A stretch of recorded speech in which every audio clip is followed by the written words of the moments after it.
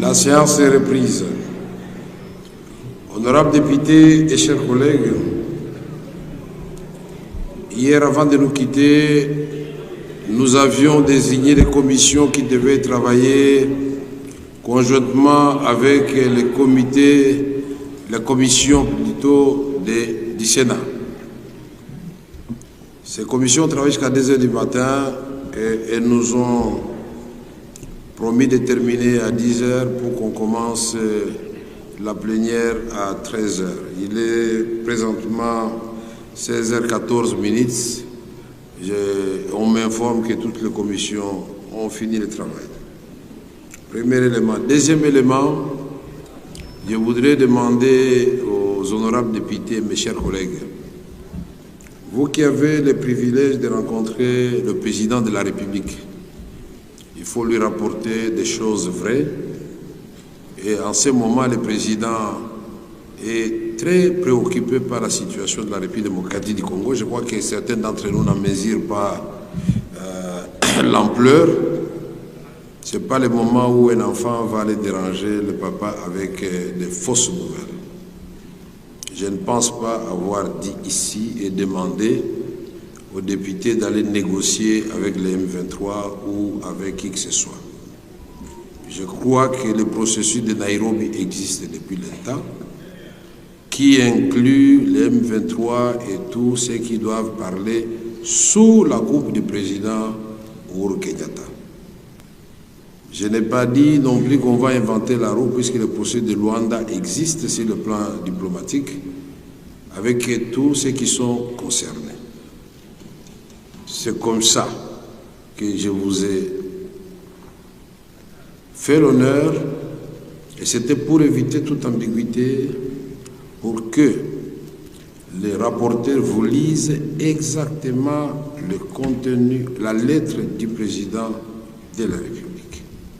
C'était écrit en français clair et qui n'appelle aucune interprétation. Le président de la République, commandant suprême des forces armées, qui a toutes les données que vous n'avez pas, vous qui croyez l'aimer plus que tout le monde, le président a demandé que les députés et les sénateurs puissent réfléchir et lui apporter leur contribution sur 2 volets, diplomatiques et politiques. Je ne pense pas que dans cette lettre-là, il a demandé qu'on lui amène un volet de déclaration de guerre. Puisque la guerre est déjà là, nous la faisons depuis 3 ans. Et je vous ai dit hier que le temps n'était pas de notre côté. Parce que parmi les députés, il y en a qui ne savent même pas où se trouve Minova, Nyabibwe et consorts. Quand on vous dit, on vous parle en langue, il faut saisir la gravité de la situation. Je crois que nos amis d'ici le Kivu du Nord qui peuvent vous dire que Nyabibwe est effectivement tombé cette nuit. Ils sont à Iwusi. Iwusi, c'est à quelques minutes de Katana. Katana, c'est déjà la ville de Bukavu. C'est pourquoi je vous ai dit, est-ce que nous allons continuer à tourner en rond ou nous allons donner la matière au président de la République pour montrer que la République démocratique du Congo n'a jamais traversé une seule frontière avec ses voisins et que la République démocratique du Congo est attachée profondément à la paix, non seulement chez nous, mais aussi chez tous les voisins. Et je crois qu'en matière de l'art de la guerre, il faut des fois prendre l'adversaire là où il est faible ou le surprendre là où il ne vous attendait pas. Je croyais m'adresser vraiment à des gens déterminés et avec lesquels nous communions, puisque vous avez fait des interventions ici. Je pensais que nous avons parlé le même langage. Troisième élément, pour les habitués des forats ou des forums, c'est selon, comment vous allez mettre 10 commissions ensemble et commencer à parler sans un document de base? Le document qui vous a été distribué hier, nous avons dit que ça s'appelle document martyr. Vous pouviez même les déchirer et dire, bon, tout ceci, ça ne nous intéresse pas, nous avons un autre document. Mais en République démocratique du Congo, quand il y a un groupe de gens qui amènent une contribution, tout le monde veut être initiateur de tout. Et avec ça, nous n'allons pas avancer. Nous devons cultiver l'amour entre nous.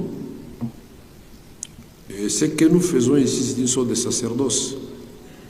On n'a pas dormi, on attendait que les commissions terminent. C'est à 2h30 qu'on nous dira, bon, finalement, ils sont fatigués, ils vont continuer le matin.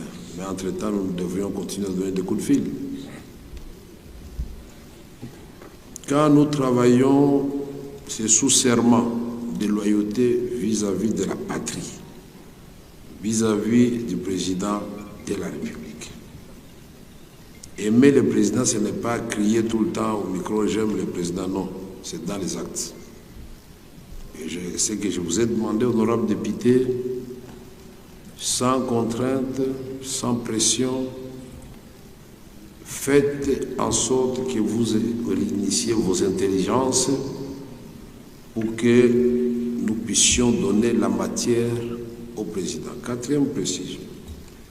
Je vous avais dit, quand le pays est attaqué, il n'y a point de majorité, il n'y a point d'opposition, il n'y a point de société civile.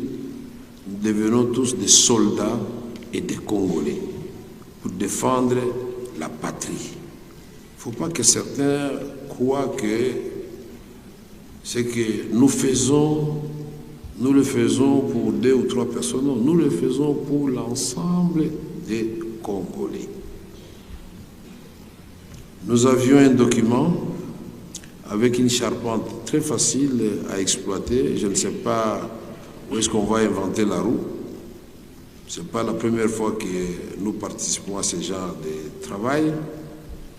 Maintenant, on nous a dit la méthode qui a été choisie, c'est que chaque sous-commission fasse son rapport et à la fin, on va donner au bureau la tâche de faire un rapport à présenter au président de la République.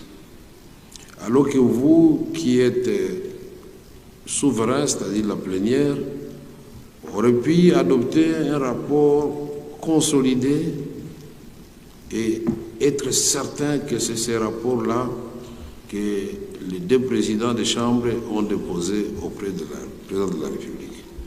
Mais quand vous nous faites confiance, on va suivre la méthodologie que vous avez décidée. Et donc, nous venons de commencer la séance. Je voulais faire ces précisions et soyez certain que je ne suis pas perturbé parce que je suis déterminé à défendre la patrie. Je suis déterminé à travailler avec vous, comme vous, à aider le président de la République à aller de l'avant. Je suis déterminé parce que il ne faut pas qu'on vous fasse le dessin. Le décor de la balkanisation est jeté et nous devons le défaire. Nous devons, chacun de nous doit faire en sorte que cela n'arrive. On ne sait pas ce qui se passe présentement sur le terrain, mais tout ce que nous savons, que les gens qui nous appellent sont apeurés. Et la plénière d'hier pour les gens de Bukavu, de Goma et des autres territoires non encore conquis, c'était une plénière vraiment qui était attendue. Et ils se disaient, mon Dieu, si on peut toucher le cœur des députés, que ces gens n'arrivent pas dans nos maisons. C'est bien d'aller sur les réseaux sociaux, écrire, nous allons écraser ceci ou cela, mais ce serait mieux aussi que certains internautes puissent aller faire les reportages sur le terrain pour vivre les horreurs des gens qui vivent là-bas. Nous voyons dans la guerre en Ukraine les correspondants de France 24, de ceci et de cela. C'est là, ils sont sur le terrain, quand ils rapportent, vous le voyez à un moment donné, ils disent « Ah non, non, là, je dois couper puisque ça ne va pas. » Puisqu'ils voient ce qui se passe. Ne nous comportons pas comme si le pays était en paix. Soyons en communion avec nos frères et sœurs qui sont durement frappés puisque nous représentons un seul corps, la nation congolaise. C'était une mise au point. Je voulais revenir la nuit pour expliquer aux membres des commissions, mais comme je l'avais déjà dit avant d'élever la séance, j'ai compris que pour certains, c'était tout simplement pour déranger. Mais si ça pouvait se limiter là, c'est bon. Mais il y en a qui ont écrit au président de la République, non, non, non, on est en train de vous trahir, on en va à l'encontre de vos orientations, alors que la lettre a été lue ici devant vous. Qu'est-ce que nous cherchons dans la vie quand vous voulez faire du mal aux autres? De façon délibérée. J'ai déjà souffert comme ça dans ma vie. Je ne vais pas vous énumérer toute la souffrance que j'ai endurée. Je ne crois pas que 10 parmi vous allaient accepter encore de travailler après ce que moi j'ai connu. Je l'ai fait par amour pour mon pays, je l'ai fait par amour et par amitié et par loyauté pour le président de la République. Et si les gens ne voient pas ça, Dieu le voit. Merci.